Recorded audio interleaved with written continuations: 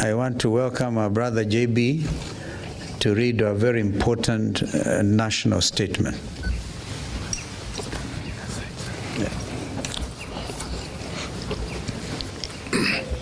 Hi, cousins.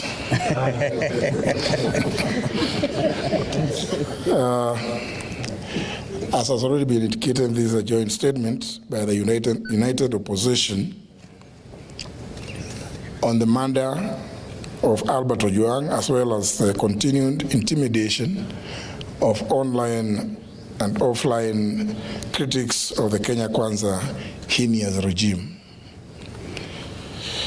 Fellow Kenyans, 3 years ago, none of us could have imagined or predicted that we would listing the atrocities and premeditated killings of Kenyans by the current regime. 3 years ago, many of us were on opposite sides of the political divide.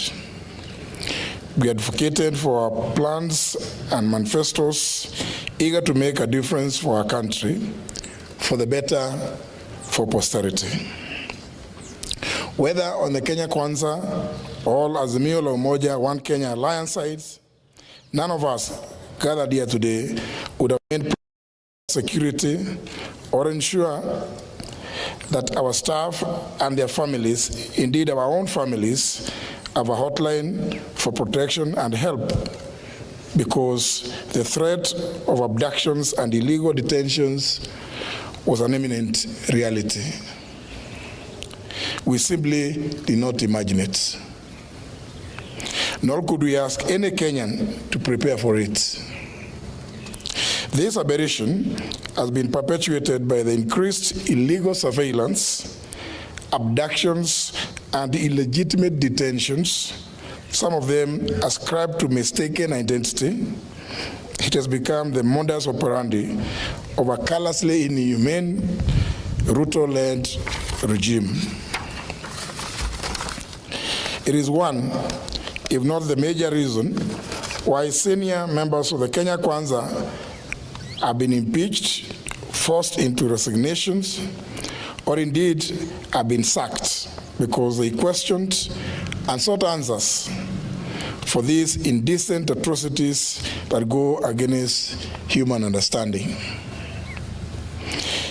It is the reason, ladies and gentlemen, that these brave souls, unbound and uncompromised, stand here as the united opposition determined to komboa Kenya. Friends, our beloved republic, when that 1-year-old Albert Ojwang walked back to his home in Migori on June 6, 2025, neither he nor his parents, his relatives, and his young wife were aware that these were his last hours on earth. Albert was neither sick nor wounded. He had in fact spent the day actively planning his home garden, calculating its eventual harvest. Albert, a Kiswahili and religious studies teacher based in Voi, was a single hope of his parents and father to a 2.5-year-old child. Albert was picked up by police officers riding motorcycles in Kakot, Homa Bay, and taken away because of an alleged offensive social media post about a senior police officer, now identified as the Deputy Inspector General of Police, Eliud Lagat. 32 hours later, after the police who arrested Albert assured his parents that he was well and only needed a heavy overcoat because Nairobi was cold, Albert was dead. Why Albert was moved from Mawega police station in Homa Bay to Nairobi, 400 kilometers from the alleged area of incident, and specifically Central Police Station in Nairobi, and checked in under OB number 13/7/6/2/2025 at 9:35 p.m. on Saturday, June 7th, remains unclear. There are 26 hours that remain unaccounted for between Homa Bay and Nairobi. 26 hours when a healthy man, having lunch with his young family, arrived, according to many sources, bleeding with serious injuries, 26 hours before being declared dead on arrival, allegedly at Bagathi Hospital, Nairobi, at 1:39 a.m. Today, ladies and gentlemen, this is no ordinary gathering. Albert's family has questions. We too have questions. Kenyans have questions. And indeed, the international community has questions. We all demand answers to the following. 1, the Criminal Procedure Code, Chapter 75 of the laws of Kenya, has clear procedures on arrests relating to cognizable offenses. There should have been a formal complaint and an arrest warrant. Kenyans want to know if there was a formal complaint by the Deputy Inspector General Police Eliud Lagat. And if so, at what police station?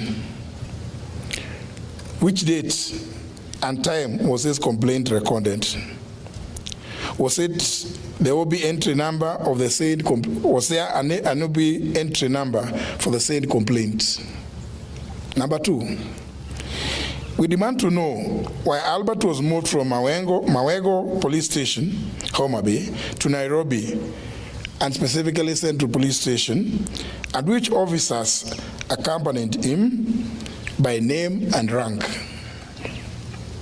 Central Police Station, Nairobi area, has CCTV coverage. Number 3, we demand to know where the footage showing Albert being brought in and leaving the station is, and whether it's been provided to the family lawyers. If there is no footage, we demand to know who ordered for the cameras to be switched off. When Albert was picked up in Homa Bay, he had no physical injuries. Indeed, he was having lunch with his wife. We demand to know who inflicted the grievous and extensive injuries on his body. Number 5, it's been reported that Albert was in solitary confinement at Central Police Station. Why was Albert considered a high-risk criminal to be confined in solitary? If he was not in solitary confinement, as alleged, who are his cellmates and how many were they? We therefore demand to know that demand to be shown the cell register to show whether he was with other inmates or he was in solitary confinement. Number 6, yesterday, June 10th, 2025, we've read and heard that the Director of Public Prosecutions, the DPP, directed the Independent Policing Oversight Authority, IPOA, to expedite investigations on circumstances surrounding the death of Albert and report within 7 days. This is a cover-up and a diversionary tactic to delay this matter. The mandate of the DPP under the Constitution of Kenya is to direct the National Police Service and the Directorate of Criminal Investigations in writing to do investigations, not to direct the IPOA. The postmortem on Albert is clear, and all Kenyans have formed this opinion. He was murdered. In light of the foregoing, we are calling not just for the resignation, but for the arrest and arraignment in court of the Deputy Inspector General of Police, Eliud Lagat, within 24 hours from the issuance of this statement. We similarly demand that the junior officers currently being persecuted be given witness protection with immediate effect.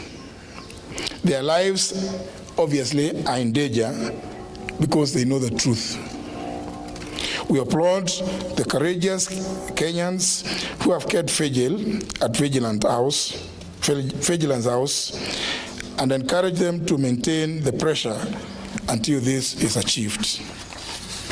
We are also aware that Safaricom is complicit and indeed a facilitator in the tracing and abduction of Kenyans who have either ended up dead or maimed in the hands of police like Albert Jang.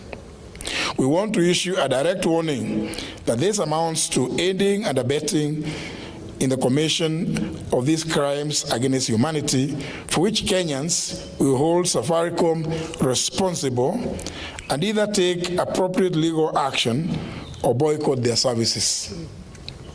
Finally, ladies and gentlemen, due to the persistent targeting, kidnapping and abductions, intimidation, and love arrests and murder of young people by this heinous and degenerate regime led by William Ruto, we reiterate our call for the June 25th to be a people's public holiday, a day of memorial in honor of all Kenyans who have lost their lives under this regime.